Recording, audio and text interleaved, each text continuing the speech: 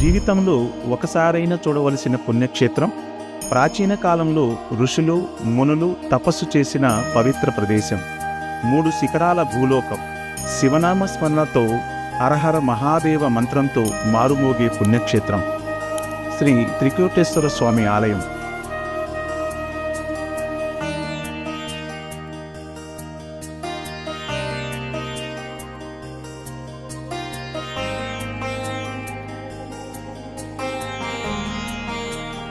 కోటప్పకొండ ప్రముఖ శైవ తీర్థక్షేత్రం. 3 శిఖరాలు కలిగిన కొండ కావటంతో త్రికూట పర్వతం అని అంటారు.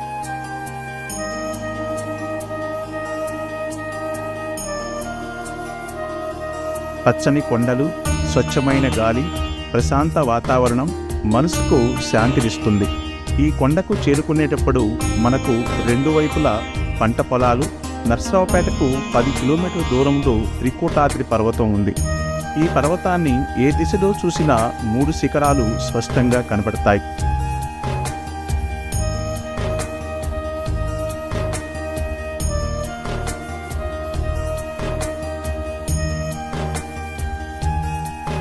ఈ శిఖరంపై స్వామివారి పేరు త్రికూటేశ్వరుడు. ఈ శిఖరం చుట్టుకొలత సుమారు 9 కిలోమీటర్లు. ఈ 3 శిఖరాలు బ్రహ్మ శిఖరం, విష్ణు శిఖరం, రుద్ర శిఖరం. ఈ 3 శిఖరాలు ఉండటం వల్ల ఈ పర్వతాన్ని త్రికూటాద్రి అని పిలుస్తారు. శివరాత్రి పర్వదినాన త్రికూటేశ్వర స్వామి సన్నిధికి చేరుకునే మెట్ల మార్గంలో భక్తులు తలనీలాలు సమర్పించుకుంటారు.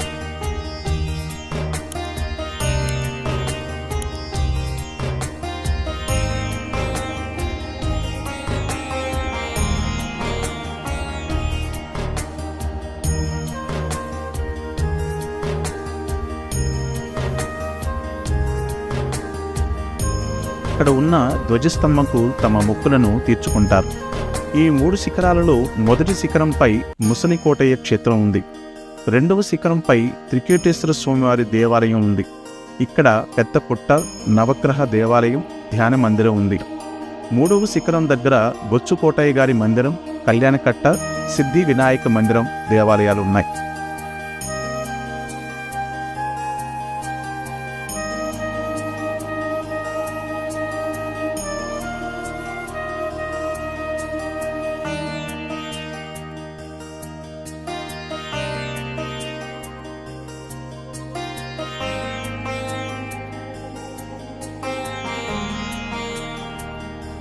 చారిత్రక త్రికూటేశ్వర ఆలయం సామాన్య శకం 1172 సంవత్సరం నాటికి ప్రసిద్ధి చెందినట్లు వెలనాటి చోళరాజైన కులోత్తుంగ చోళరాజు సామంతుడు మురింగి నాయుడు వేయించిన శాసనాల ద్వారా తెలుస్తుంది.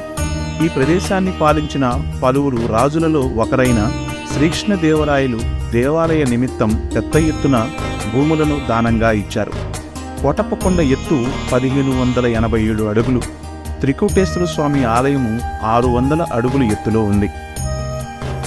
ఈ ఆలయాన్ని భక్తులు కొండపైకి ఎక్కడానికి 703 మెట్లతో మెట్ల మార్గాన్ని 1761 సంవత్సరంలో నరసరావుపేట జమీందారు శ్రీ రాజా మల్రాజు నరసింహరాయ గారు నిర్మించారు. త్రికూటేశ్వరుని దేవస్థానంలో స్వామికి సమర్పించే అరిసె ప్రసాదం చాలా విశిష్టమైనది. తెలుగు రాష్ట్రాలలో ఎక్కడా అరిసెను స్వామికి నివేదన చేసే సంప్రదాయం లేదు. ఆలయ స్థల పురాణం ప్రకారం దక్షయజ్ఞంలో జరిగిన అవమానం కారణంగా సతీదేవి దేహత్యాగం చేస్తుంది. సతీదేవి దేహత్యాగం వియోగం తర్వాత పరమశివుడు పిచ్చివాడై ముల్లోకాలు తిరుగుతుండగా కోటప్పకొండ శివుణ్ణి ఆకర్షించి ఆశ్రయమిచ్చింది.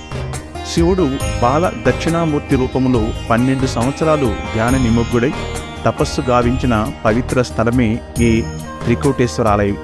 ఈ ప్రాంతానికి చెందిన శాలంకయ్య అనే రైతు శివుడు తపస్సు చేసే ప్రాంతానికి రావడం వల్ల అతనికి బాలయోగిల దక్షిణామూర్తి స్వరూపంలో ఉన్న శివుడు కనిపించాడు. శాలంకయ్య శివుడికి భక్తితో నమస్కరించి తన దగ్గర ఉన్న పండ్లను స్వామికి సమర్పించారు. శాలంకయ్య తన ఇంటికి వచ్చే ఆతిథ్యం స్వీకరించమని ఆ పరమశివుడిని వేడుకున్నారు. అలాగే తాను వస్తానని శాలంకయ్యను ఇంటికి వెళ్ళమని అంటారు. తన ఇంటికి ఆతిథ్యానికి వస్తానన్న శివుడు ఎంతకీ రాకపోయేసరికి శివుణ్ణి వెతుక్కుంటూ వచ్చిన శాలంకయ్యకు శివలింగ రూపంలో ఆశ్చర్యంగా ఆ కొండ కిందకు కోటి ప్రభలు ఎప్పుడు వస్తాయో అప్పుడు నేను కొండ దిగి వస్తానని అనే శివ వాణి వినిపించింది. అప్పుడు శాలంకయ్య తన గ్రామమైన యలమందుకు వచ్చి భక్తి శ్రద్ధలతో ఒక ప్రభను తయారు చేసి దాని గురించి ప్రజలకు వివరించి అందరినీ ప్రభలు కట్టుకొని స్వామి దగ్గరికి రమ్మని వేడుకొన్నాడు.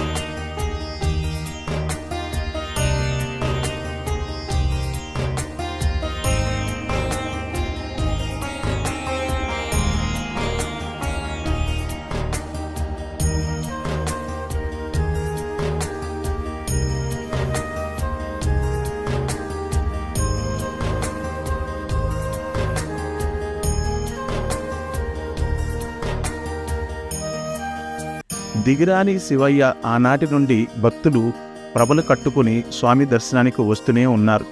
ఇంకా కోటి ప్రభలు పూర్తి కాలేదు, స్వామివారు కిందికి దిగిరాలేదు. అప్పట్నుండి ప్రతి శివరాత్రి పర్వదినాన చుట్టుపక్కల గ్రామాల నుండి విద్యుత్తు ప్రభలతో ప్రభలు స్వామివారి చెంతకి వస్తూనే ఉన్నాయి. కాకులు దూరని కారడవి అనే పదం మనందరికీ పరిచయమైంది. కానీ కాకులు వాలని కొండ ఎప్పుడైనా విన్నారా?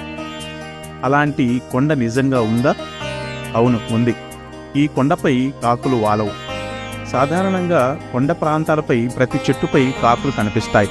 ఈ కోటప్ప కొండపై మాత్రం కాకులు వాలవు. దీనికి కారణం కాకులకు ఉన్నటువంటి శాపం అని అక్కడ స్థానికుల అభిప్రాయం. అసలు ఈ కొండపై కాకులు వాలకుండా శాపం ఎందుకొచ్చిందో తెలుసుకోవాలంటే ముందుగా కోటప్ప కొండ చరిత్ర గురించి తెలుసుకోవాలి. త్రిమూర్తి శిఖరం త్రికూటాద్రి. కోటప్ప కొండని త్రికూటేశ్వరాలయం, త్రికూటాద్రి అని కూడా పిలుస్తారు. గొప్ప శైవ క్షేత్రంగా కీర్తి పొందిన ఈ క్షేత్రంలో ఏ దిశలో చూసినా రుద్ర, బ్రహ్మ, విష్ణు అనే 3 శిఖరాలు దర్శనమిస్తాయి. అందుకనే దీనిని త్రికూటాద్రి అని పిలుస్తారు. గొల్లభామ భక్తి ఈ క్షేత్రం మీద శివుడు తపస్సు చేస్తుండగా ఆనందవల్లి అనే గొల్లభామ ప్రతిరోజు పాలు, తేనెలతో శివుణ్ణి సేవిస్తూ ఉండేది.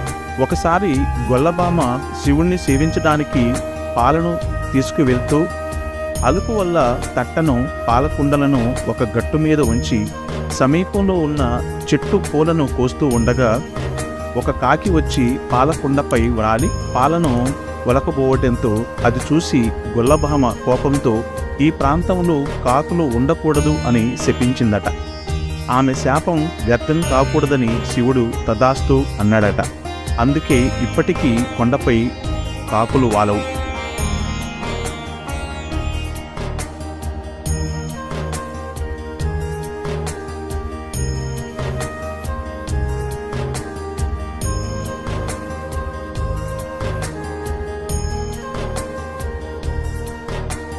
కోటప్పకొండ స్వామివారి అనుగ్రహంతో శ్రీకృష్ణదేవరాయలు కొండవీడిని జయించారు.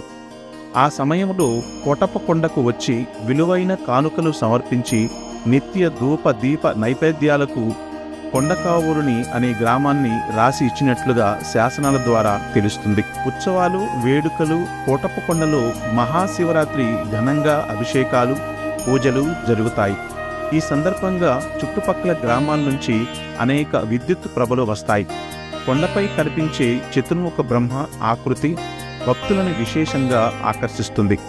ఆలయంలోని ప్రధాన మండపంలో స్వామికి ఎదురుగా నందీశ్వరుడు, ఒక పక్క వినాయకుడు, మరొక పక్క కుమారస్వామి మధ్యలో దక్షిణామూర్తి రూపంలో ఉన్న శివుణ్ణి ఆరాధిస్తూ సేవిస్తూ ఉన్న ఋషి పుంగవులు దర్శనమిస్తారు.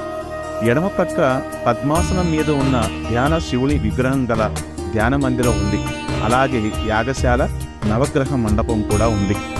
పెళ్లిళ్ళు జరగని ఆలయం మహాశివరాత్రి, కార్తీక మాస సమయంలో కోటప్పకొండ క్షేత్రం భక్తులతో కిటకిటలాడుతుంది. శివుడు దక్షిణామూర్తిగా బ్రహ్మచారిగా వెలసిన ఈ శిఖరంలో అమ్మవారి దేవాలయాలు ఉండవు. కాబట్టి ఇక్కడ పెళ్లిళ్ళు కూడా జరగవు. పరమశివుడు దక్షిణామూర్తి స్వరూపంతో ఉన్న ఏకైక క్షేత్రంగా విరాజిల్లుతున్నటువంటి కోటప్పకొండను ఒక్కసారైనా దర్శించుకుంటే తలపెట్టిన అన్ని పనుల్లో విజయం సిద్ధిస్తుందని విశ్వాసం. అలాగే దక్షిణామూర్తి రూపంలో శివుని దర్శించటం వల్ల జ్ఞానం, పూర్ణాయుషు కలుగుతుంది.